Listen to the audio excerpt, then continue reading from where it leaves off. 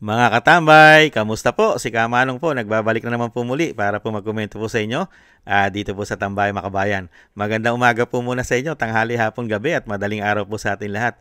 Sana po nasa maayos po tayong kalagayan, mga kababayan. Umpisa na po natin, magkomentohan na po tayo mga kababayan.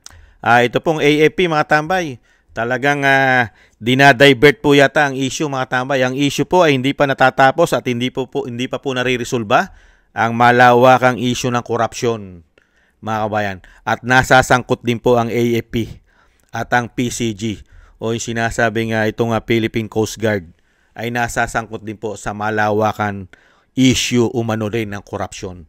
Pero po, nagsalita po si General Bronner at mukha po yatang inililihis yata ang issue mga tambay.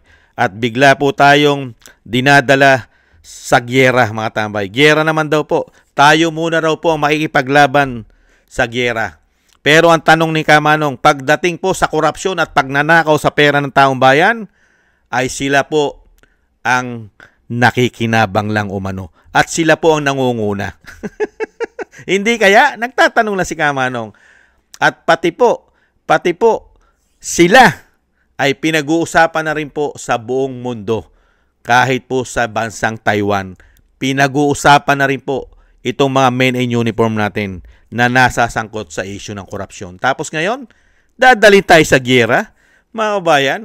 Gyera, ibang klasika. Dinala nga kami ng 3 taon at 4 na taon sa kahirapan, tapos papatayin nyo pa kami. Kayo na lang ang makipagyera, mahindot kayo. Umano. Ito po, painggan po natin ang magiting at napakatapang na general ng AFP. Ibang klase. Maipagdigma ka. Ano ang ilalaban mo? Laway? Laway? Ang ilalaban mo? Bunganga? Ibang klase ka. Ang gyera ngayon, hindi na combating. 'Di ba? Mga missile ang gyera ngayon. Ang bihira kayo. Papatayin niyo mga Pilipino. Pinapatay na nga sa gutom at kahirapan. Papatayin niyo pa sa gyera. Ito mahindot na ito. Pakinggan po natin ang general, mga kabayan. Kung sakaling magkaroon ng gera o kaguluhan man dito sa ating lugar, our ally and our partners are expecting us to fight the war ourselves during the first part of the conflict. Tayo muna ang makikipaggera. Kayo na lang. Kaya't napaka-importante yung ating unilateral defense plan at itong ginagawa nating exercise na ito. Kailangan muna nating lumabang mag-isa para ipagtanggol ang ating bansa sa panahon ng gyera o kaguluhan. Ito ang inihayag ni AFP Chief of Staff General Romeo Browner Jr. Kaya patuloy ang ginagawang pagsasanay at pagpapalakas ng sandataang lakas ng bansa, gaya ng Joint Exercise Dagat Langit Lupa o AJEX Dagitpa 09-2025 na binuksan ngayong araw at tatagal hanggang November 14. Isa itong unilateral exercise ng AFP na lalahukan ng iba't ibang sangay ng sandataang lakas, kabilang ang hukbong dagat, hukbong himpapawid, hukbong katihan at Special Operation Forces. Kahit anong paghahanda, kahit anong exercise ang gawin mo, kung wala ka naman pang depensa, wala kang panlaban, may magagawa ba ang iyong pagsasanay? Wala kang gamit. Kulang-kulang ang gamit mo. At yung pinagmamalaki mong asset ng Pilipinas, hindi tatagal na isang araw yan, ubos yan.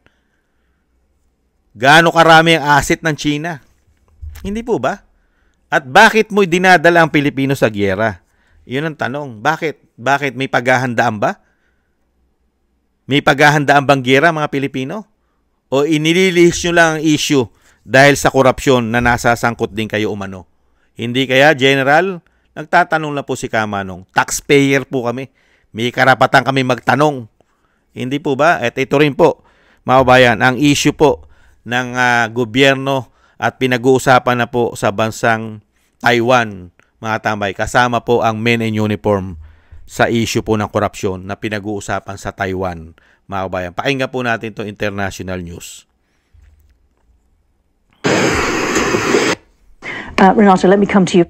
Unrest has gripped the Philippines following at least one attempt by retired generals to recruit the nation's highest military chief to withdraw his support for the president, along with accusations over so-called military ghost projects worth $250 million in a country angry over the government's flood control corruption. But is the destabilization now spreading to the Philippine Coast Guard? Former Army Reservist Congressman Francisco Kiko Bazaga was delisted from the military after a Facebook post. He is now falsely claimed in a video, according to the Philippine Coast Guard. The Philippines has no future with the Philippine Coast Guard holding power in the military, and that Coast Guard actions in the West Philippine or South China Sea could, quote, cause World War III. Why is this happening now? Who or what are the forces behind it, and how will Manila restore the stability needed from within the Philippine Armed Forces to secure the country from outside threats? Hello and welcome to Taiwan Talks. I'm Ian Kavat. To discuss this and more, we're joined by Shen Mingshi, Institute for National Defense and Security Research Fellow, and Renato. Tingnan niyo po mga tambay, hanggang Taiwan po ay binabalita po ang sandatahang lakas. Pati po ang Philippine Coast Guard po natin ay nasasangkot po sila sa issue ng flood control. Hindi po ba issue nila 15 billion pesos ang issue po nila sa mga ghost project daw po dyan sa AFP. At kasama raw po dyan umano ang secretary po ng National Defense na sigibo ng DND. Di ba? Department of National Defense. Nakita nyo po mga tambay. Tapos ngayon, nakita nyo po itong ginagawa ng ating mga kasundaluhan, lalong-lalo po ng general. Di ba? Ng ating general na si Bronner. Ibang klase ka, sir. Yung corruption nga may issue sa inyo, flood control. At nababalita sa international, sa Taiwan, at sa buong mundo, global, nababalita na pati ang mga general ay nasasangkot. Ang AFP ay nasasangkot sa issue ng flood control, sa mga proyekto maanumalya. Tapos ngayon, uudyukan mo ang taong bayan na maunang makikipagyera. Tayo muna maunang makikipagyera. Aba, pagka ganyang klase, ang general at ang AFP, ang mga general na nasasangkot ang kanilang institusyon sa korupsyon, kayo na lang po ang makipagyera, sir. Kung ang gyera po'y sa Luzon, pupunta na lang po si Kamanong sa Mindanao. Kayo na lang po. Unang-una, dinalan nyo sa kahirapan ng taong bayan na dapat ay kayo magpuprotekta sa amin. Tapos na po sana ang problema ng korupsyon at ito ay mapapanagot na sana kung umaksyon lang po sana kayo. Hindi po namin kailangan ng aksyon na gyera. Hindi po ang gyera ang solusyon sa problema ng bansa sa ngayon, General. Hindi po ba? Ang solusyon po ngayon ay dapat pong wakasan at mapanagot ang isang damukal na magnanakaw ngayon sa ating bansa. Nakasama yata kayo ron, mga general umano. Hindi naman po lahat. Nagtatanong na si Kamanong. Hindi po ba, mga kababayan? Kaya nga po sinasabi po ng ating mga matatanda, ng ating mga lolo, ang ating mga magulang. Hindi po ba? Pagka may usok, may apoy. Hindi po ba umuusok ang korupsyon? Ibig sabihin, nag-aapoy. May apoy na. At malawakan ng usok. Hindi po ba? At hindi ba totoo ang korupsyon, General? Meron na nga pinalalayas na congressman at mga taga-bilang ng pera na kasabwat ay nawawala na rin. Hindi ba, General? Pero ngayon, araw-araw pinag-uusapan ng korupsyon ng gobyerno. Ngayon, kung saan-saan naman ngayon idadivert ang issue, mga kababayan, gusto mo pinaghahanda mo sa gyera, makikipagyera, at kailangan maghanda. Di ba trabaho nyo yan? Kayo nga yung kitapang-tapang. Di po ba? Kitapang-tapang nyo Itong mga general, napakatatapang. Di ba? At yung sinasabi nga nila, sila talaga handang maipaglaban sa giyera. Bakit isasama tayo? Sila lang naman ang may gusto niyan. Kung yung Pangulo nga, si BBM nga, siya na mismo lumalapit sa China. Gumagawa siya ng paraan para malapitan niya ang Pangulo ng China para makamayan lang ito at makausap. Di po ba? Kung yung si BBM nakikita ng Pilipino na lumalapit sa China, samantalang kayong nasa ground, na kayong nasa baba, pinaghahandaan nyo kami ng giyera. Ibalik nyo muna ang mga ninakaw ninyo. Sige, ibalik nyo muna lahat ang mga pinagnanakaw ninyo umano. Lahat, magmula ng 2023, 2024, 2025, isukan nyo lahat ng mga ninakaw nyo. At nang maibili. At ibili natin ng gamit na sinasabi nyo pangyera. Sige nga, pinagnanakaw na pinagnanakaw ang pondo ng bayan. Tapos ngayon, mag-uudyo kayo na makipagyera at naghahanda at kami muna. Kasama kami sa mga kawalang hiya at katarantaduhan ninyo umano. Dinala nyo kami sa puro pagnanakaw. Ba? Tapos, ilalaban nyo kami sa giyera na wala man lang gamit. At ang gamit ngayon ay iba na, giyera ngayon. Nakita naman po natin kung anong klase po ang giyera ngayon. Hindi na po ang giyera ay panahon pa po ng World War II. Hindi po panahon ng Hapon ang giyera ngayon. Hindi po ba? Hindi na umaalis ang mga sundalo. Hindi na sila umaalis doon sa kanilang kinalalagyan. Ang umaalis na lang po ay yung mga missile nila. Yun na lang po ang pumupunta doon sa gusto nilang girahin. Missile! At sa tingin nyo, susuportahan tayo ng mga bansa?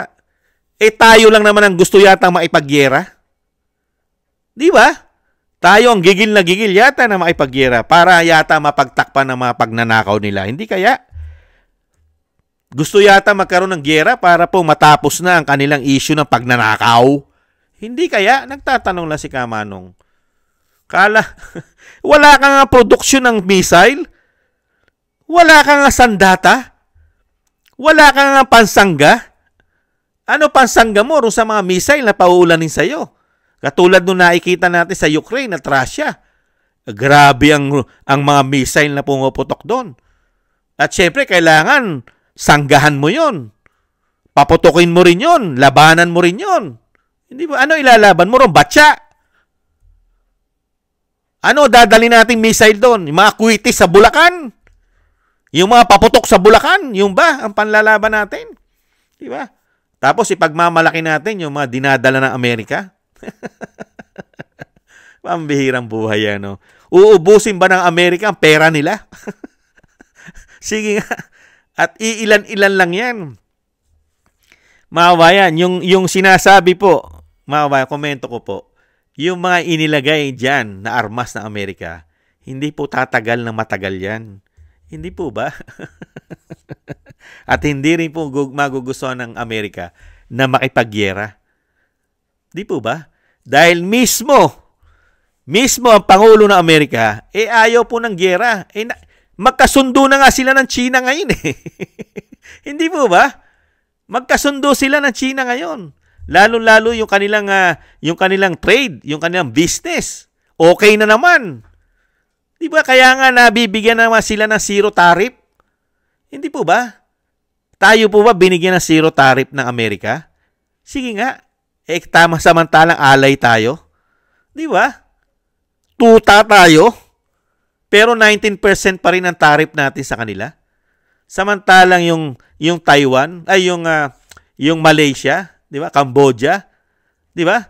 Saka itong ano pa ba yung isa? Yung Cambodia, yung Malaysia, saka Taiwan po ba yon? Yung nabigyan ng zero tariff, mga kabayan? Di po ba? Nabigyan ng zero tariff, samantalang tayo wala. Hindi ba hindi tayo binigyan? Hindi po ba? Grabe, no? Nakita nyo po. Tapos ngayon, yung mismong presidente ng Amerika, maayos na maayos ngayon ang samahan nila. Nagiging maayos ang samahan nila ng China. Saka mo kami ngayon uudyukan na maghanda at makipagyera tayo muna. Bakit? Sino ba makikipagyera sa amin? Kung yung gera nga sa korupsyon, hindi namin matapos Tas dadalin mo kami sa patayan. Ang gusto namin gerahin, ang gusto namin tapusin sa gera, yung mga pagnanakaw ninyo, umano. Yan ang gustong-gusto namin gerahin. Maibalik sa amin ang perang pinagnanakaw ninyo. Yan ang matinding gera na dapat naming solusyonan. At gusto naming ipanalo yan. Hindi po ba mga kabayan? Yan ang gusto natin ipanalo, yung gera ng korupsyon na ginagawa nila. Hindi yung tayo na ininakawan, tapos tayo pa ipapapatay. Ano katarantaduhan yan? Hindi natin kailangan makipagyera? Hindi po ba? Kailangan ba natin makipagyera para maubos tayo? Para sa katarantaduhan nila umano? Para lang mailis ang issue ng korupsyon nila? Hindi kaya? Di po ba? Ang gusto namin, General, matapos ang issue ng korupsyon. At ang gusto namin bilang taong bayan, bilang kami nagpapasweldo sa inyo, magtrabaho naman kayo sa Pilipino. Tingnan nyo ang ginagawa ngayon. Kung hindi talaga kayo sangkot sa issue ng korupsyon, makikita nyo ang ginagawang korupsyon ng gobyerno. General, kung hindi kayo sangkot sa korupsyon, makikita nyo ang korupsyon na ginagawa nila umano. Kung hindi ka sangkot sa korupsyon, General, hindi kaya? Hindi po ba? Kasi yung mga retired general, nakikita nila Yung ginagawang malawakang korupsyon, nakikita ng mga retired general. Bakit ikaw hindi mo makita? Broner, wala kang makitang korupsyon? At sinasabihan mo pa kami na huwag kayong isawsaw at huwag kayong isali sa politika? Politika ba ang korupsyon? Hindi naman pamumulitika ang pagnanakaw. Nakaw yan. Hindi kami namumulitika at hindi ka namin sinasali sa politika dahil trabaho mo na proteksyonan ng Pilipino at ang pera ng taong bayan. Hindi po ba mga kababayan? Trabaho nila yan, proteksyonan ang pera natin na hindi nakikita ng mga general. Karamihan ng mga general ay hindi nakikita. Buti pa ang mga retired general nakikita. At buti pa ang banyaga, ang nasa ibang bansa, nakikita ang malawak ang korupsyon natin sa ating bansa. Katulad ng Taiwan. Samantalang mismo, ang mga general natin ngayon, walang nakikitang korupsyon na ginagawa sa ating bansa. Kaya nga makapagsasalita ka sa kanila, sangkot ba kayo? Umano? Kaya nga yung tanong natin kung hindi ka sangkot sa korupsyon, marami kang makikitang korupsyon, General, kung hindi ka sangkot, umano. Di ba? Pati nga ito pinapangalanan, ito ating Philippine Coast Guard natin. Di ba? Itong ating mga Navy, Philippine Navy natin, di ba? Nasa sangkot. Di po ba? Wala rin nakikita yan. Kaya wag nyo pong bilugin ng ulo at wag nyo pong budulin ng mga Pilipino para kami ay paniwalain at sumama sa inyo. Kami, gusto nyo sumama sa giyera ninyo? Unbelievable! Samantalang sa issue ng korupsyon, ayaw nyo kami samahan? Anong katarantaduhan yan? Hindi po ba? Nagsasalita lang po si Kamanong. Hindi naman po masama magkomento. Gusto tayong isama na tayo muna raw maipagyera pagka may gyera. Pero pagdating sa korupsyon, tayo lang. Ayaw tayo samahan para malutas ang korupsyon. Hindi po ba bias kayo? Hindi po ba kawalang hiyaan yan? Pagdating sa korupsyon, ayaw nyo kami samahan para ma-stop at matigil namin ang korupsyon nyo. Hindi po ba? Katarantaduhan. Samantalang pagdating sa gyera, gusto tayo isama. Samantalang sa pera na ninanakaw ng gobyerno, ng mga magnanakaw na politiko, ayaw tayo samahan ng mga walangyang ito, mano. Ibang klase kayo. Pagdating sa pera, kayo-kayo lang. Pagdating sa patayan, kami ang mamamatay. Ganun ba? Manigas kayo. Hindi po ba? Komento ko po. Kung matutuloy po yan at dinadivert po nila ay pupunta na lang po si Kamanong sa Mindanao. Pupunta na lang ako sa Davao City. Kayo na lang ang makipagyera dyan. Hindi po ba? Kaya nga po si Kamanong hindi na nga po magbabayad ng buwis si Kamanong Bakit? Paano ka magbabayad ng buwis? Di ba? Magpe-penalty na lang si Kamanong. Pwede naman mag-penalty. Pero habang kayo ang nanunungkulan, po pwede naman hindi magbayad ng buwis si Kamanong. Hindi po ba? Dahil po hindi nyo inaaksyonan at nire-resolba ang korupsyon ng bansa. Hindi po ba, General Bronner? Samantalang pagdating kay ERAP, isang dali lang po. Wala pang isang araw. Nasolusyonan na ang problema. Pero ngayon, mga kabayan, walang nakikita ang mga taong ito. Dahil, yung sinasabi ko po, wala ka talagang makikitang korupsyon kung sangkot ka dito. Hindi po ba? Maraming salamat po mga tambay sa mga gusto po natin tambayang makabayan sa YouTube at TikTok. At ganoon din po sa ating mga subscribers, sa mga nagbibigay po ng tulong. Maraming salamat po sa inyo. At syempre po sa mga nagko-comment, like, share, and subscribe. Thank you rin po. At syempre po, yung panalangin po natin sa ating bansa ay sana po dinggin na po sana sa lalong mabilis ng ating may kapal na mawakasan na po ang korupsyon at ang gawain po na sabwatan systematic na pagnanakaw po ng nagpakasama at nagpakademonyo po na mga lingkod bayan sa ating bansa. Sana po mawakasan na po sila at mapalitan na po ang dapat ipalit, mga kababayan. Salamat po sa mga dasal. At siyempre po ang dasal po natin sa pamilya Duterte na maingatan po sila sa kapahamakan. Ang pamilya Duterte, ang Vice President, ang dating Pangulong Duterte ay maduktungan din po ang buhay at kalakasan at makalabas na po sa lalong mabilis. At ang panalangin din po natin sa ating pong pag-iingat at sa ating buong sambayanan. Maraming salamat po sa mga dasal, mga kabayan. Ingat-ingat po mga tambay at huwag po tayong maniniwala, mga kabayan, lalong-lalo po kung dadalhin tayo sa giyera, mga kabayan, lalong-lalo kung hindi naman nila tayo sinasamahan na makipagyera sa korupsyon nila. Hindi po ba? Maraming salamat po. Ingat po. Bye-bye.